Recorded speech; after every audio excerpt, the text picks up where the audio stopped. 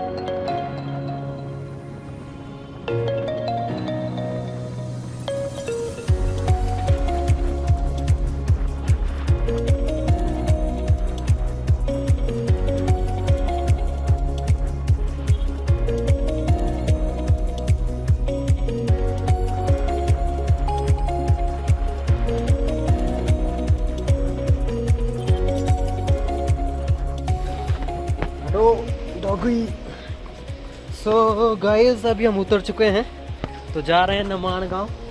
मैं और साथ में हैं राजेंद्र सर। सो अभी आपको दिखेगा ये फोटो। चलिए, तो बारिश भी हो रही है। सो आज हम मिलने जा रहे हैं हमारे जो स्टूडेंट रहे हैं, जिनने पुलिस में बहुत अच्छे जो अंक लिए हैं और बहुत अच्छी पोजीशन पे हैं, तो उनके गांव हम जा रहे हैं। सो आज आपको दिखाने वाला है उनका गांव, वो कैसे रहते हैं और कैसे जो है उन्होंने इतने ज़्यादा स्ट्रगल करने के बावजूद भी, इतने हार्ड इलाके के होने के बावजूद भी वो एग्ज़ाम को क्रैक किया। कि बहुत सारी रिस्पॉन्सिबिलिटीज़ होती हैं, बहुत पैदल चलना पड़ता है। तो आज वो सारी जर्नी हम आपको बताने वाले हैं। ये रास्ता है, ये पुल है, ये नदी है ऊल नदी।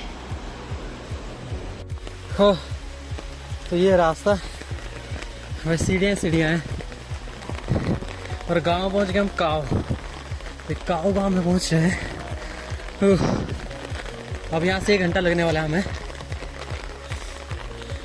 ये रास्ते हैं, बोलते जॉक बहुत सारी होती हैं, शायद आज हम आपको दिखाएंगे भी।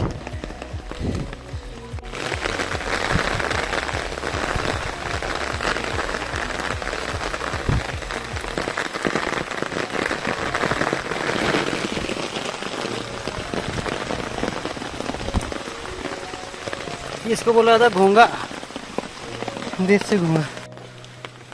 बारिश बारिश।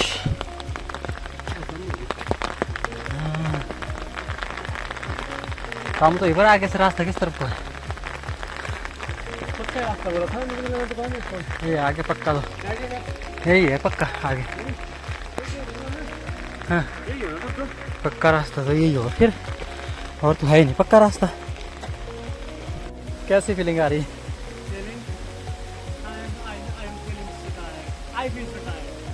Okay exhausted, tired. रास्ता अभी बाकी है। ये रास्ता कहीं तो जा रहा होगा, शायद हम पहुंचने वाले हैं। एक घर तो दिख रहा है हमें, यहाँ से कुछ नहीं दिख रहा है। नीचे की तरफ यहाँ एक घर दिख रहा है, शायद it must be her home. छाता, स्टूडेंट वेट कर रहे हैं भाई। हम पहुंच गए हैं फाइनली घर पर।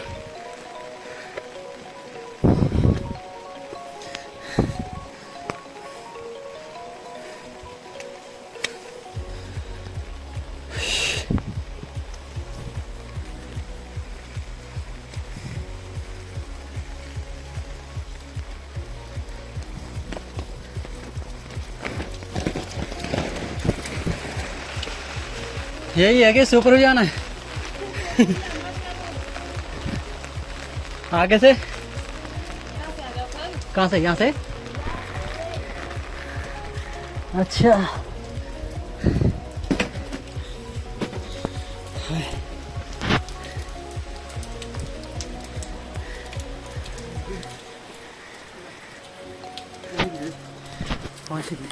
सो अभी हो रहा खाने का वेट, तो अभी हम करेंगे लंच निर्मला के घर में, और साथ में हैं राजेंद्र सर से। तो आप देख सकते हैं यार घर ये है, बाकी मैं आपको दिखाऊंगा थोड़ी देर में।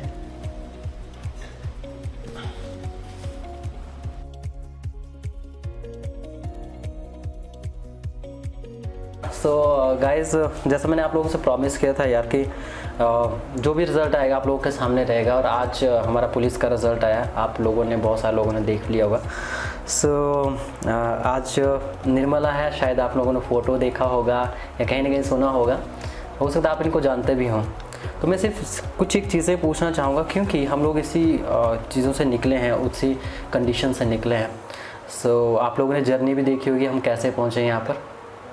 सो निर्मला, सबसे पहले तो मैं यही जानना चाहूँगा कि मतलब देखो आप तैयारी कर रहे हो, तो कब से ये तैयारी कर रहे हो, और आपका मतलब कब से ये था कि मुझे तैयारी करनी है और कुछ न कुछ बनना है, मतलब गवर्नमेंट जॉब की तरफ आपका कब से रुझान हुआ? सबसे पहले तो thank you so much sir, आप लोग यहाँ पे आए।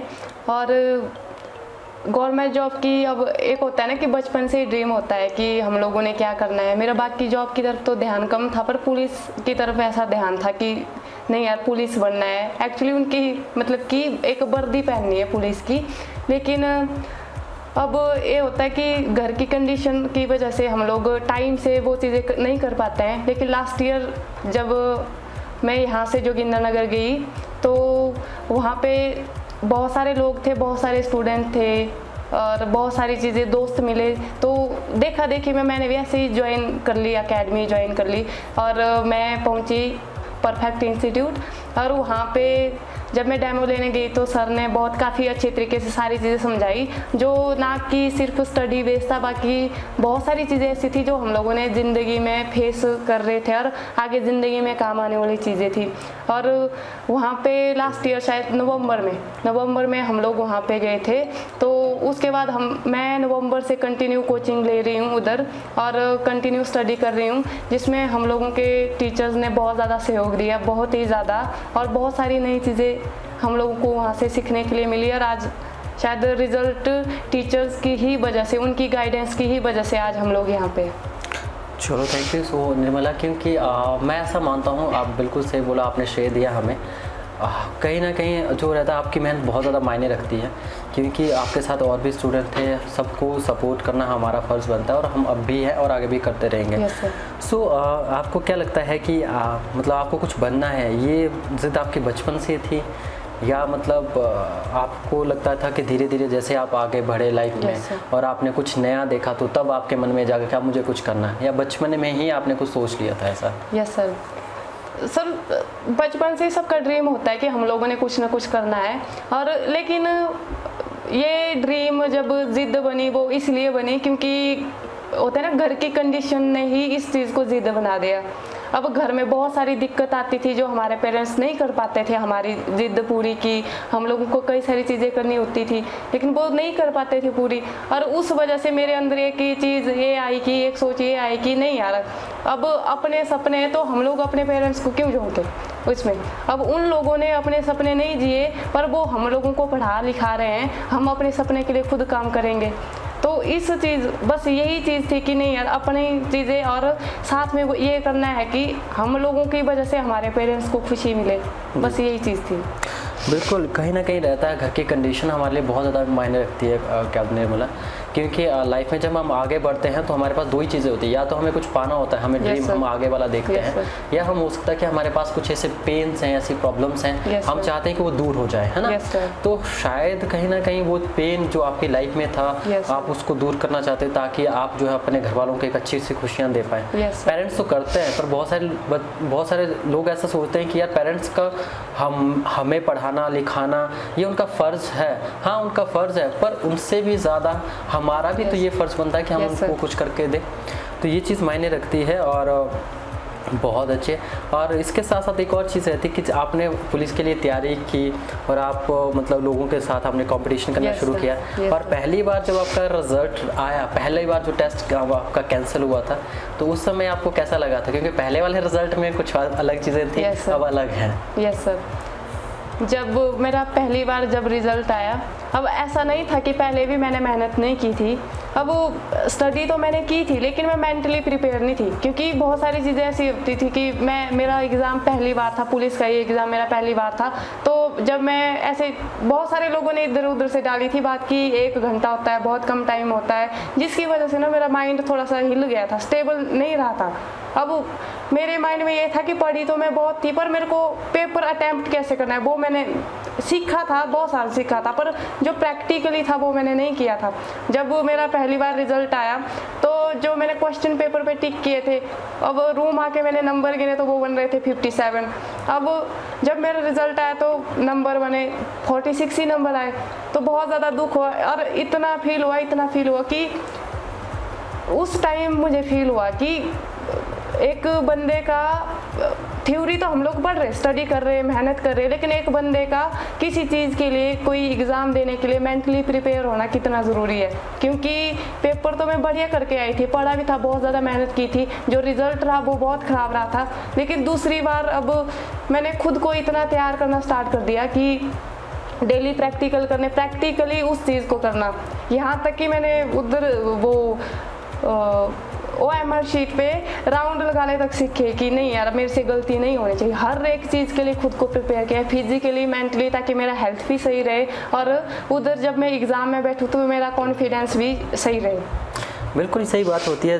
जिस तरह ये मुझे पहली बार पता चला है कि आपने OMR शीट पे भी अपने आप किया था, और ये बहुत इंपॉर्टेंट है चीज़ें। हम सोचते हैं ये बहुत माइनर सी चीज़ें हैं, ये तो कोई भी जाकर के कर लेगा, पर यही छोटी छोटी चीज़ें आपको बहुत आपके एग्जाम में बहुत बड़ा मतलब मोड़ लेके आती है। क्योंकि ऐसा मैंने देखा कि अगर आप एक गलत राउंड लगा देते हो और आपको पता चल गया कि गलत लगा, तो वही टेंशन आपको उस पेपर में पूरा खराब कर सकती है। और अगर आप पहले से प्रिपेयर हो, आपने हर चीज़ को, छोटी छोटी चीज़ को पे ध्यान दिया है, तो नेचुरल सी बात है आपका माइंड स्टेबल रहेगा, आप अच्छे रिजल्ट क्रिएट कर पाएंगे। जो चीज़ आप नहीं कुछ भूल भी गए तो उसमें भी आपके चांसेस अच्छे होंगे, क्योंकि आपका माइंड स्टेबल, आप अच्छी उस पर हो ना। जैसे तुक्का माना, कभी तुक्का भी बचता है, किसी क्वेश्चन में नहीं आता तो वो भी आप सही लगता है, बट उसके लिए मेंटल स्टेबिलिटी बहुत ज़्यादा मायने रखती है, बहुत ज़्यादा मायने रखती है। ऐसा है। सो ये सारी चीज़ें रहती हैं। तो अब आपका सेकेंड टाइम आपने बहुत बार की, जब आपका रिजल्ट आया तो आई थिंक उस दिन आपका डॉक्यूमेंटेशन भी था, है ना? तो मैंने तो मॉर्निंग में कॉल किया था आपको, आप सो रहे थे उस समय।